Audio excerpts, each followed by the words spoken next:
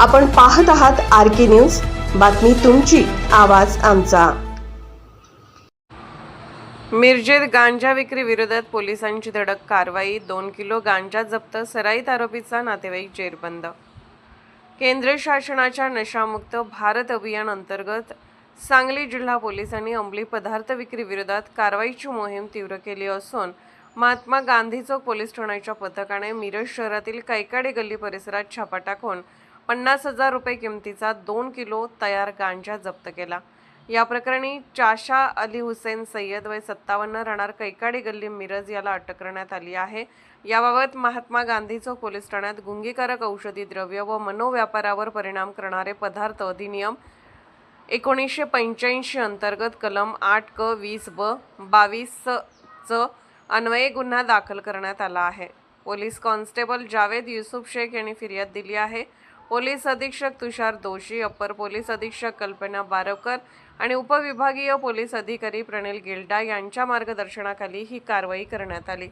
महात्मा गांधी चौक police ठाण्याचे प्रभारी सहाय्यक पोलीस निरीक्षक संदीप शिंदे यांना गोपनीय माहिती मिळाली होती की सांगली जिल्ह्यातून हद्दपार असलेला सराईत गुन्हेगार हुसेन बाशा सय्यद याचा नातेवाईक चाशा अली हुसेन सय्यद हा गांजाचा साठा विक्रीसाठी घेऊन येणार आहे।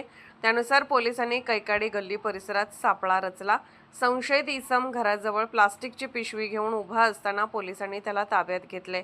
झडती दरम्यान त्याच्याकडून 2 किलो वजनाचा गांजा जप्त करण्यात आला। प्राथमिक चौकशीत हा गांजा मिरज परिसरात किरकोळ स्वरूपात विक्रीसाठी आणल्याची कबुली आरोपीने दिल्याचे पोलिसांनी सांगितले। या कारवाईत पोलीस उपनिरीक्षक Poonam Patil, police head constable Sachin Kumbhar, Sarjerao Pawar, Sakshi Patange, Nanasaheb Chandanshive तसेच अन्य अधिकारी व कर्मचाऱ्यांनी सहभाग घेतला। पुढील तपास पोलीस उपनिरीक्षक पूनम पाटील करीत आहेत। महात्मा गांधी चौक पोलीस ठाण्याने यापूर्वीही नशेची इंजेक्शने, गांजा, प्रतिबंधित गुटखा आणि नशेच्या गोळ्या विरोधात प्रभावी कारवाया केल्या असून त्यांच्या सातत्यपूर्ण कामगिरीची दखल घेत पालकमंत्री चंद्रकांत दादा पाटील यांनी पथकाचा गौरव केला होता।